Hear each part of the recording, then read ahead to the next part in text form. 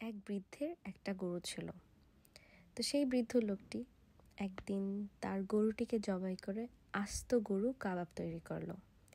এরপর তার কন্যাকে ডেকে বলল, আমাদের যত আত্মীয় স্বজন বন্ধু বান্ধব আছেন তাদেরকে দাওয়াত দাও, ডাকো, একসাথে বসে খানাপিনা করি। তো তার কন্যা রাস্তায় গিয়ে চিৎকার করে ডাকতে লাগলো, আমাদের বাড়িতে আগুন লেগেছে, দ্রুত আসুন সবাই, আগুন নিভাতে সহায়তা করুন। সবাই এলো না, কেউ কেউ ঝামেলা মনে করলো, কেউ কেউ দৌড়ে এলো পানির বালতি নিয়ে।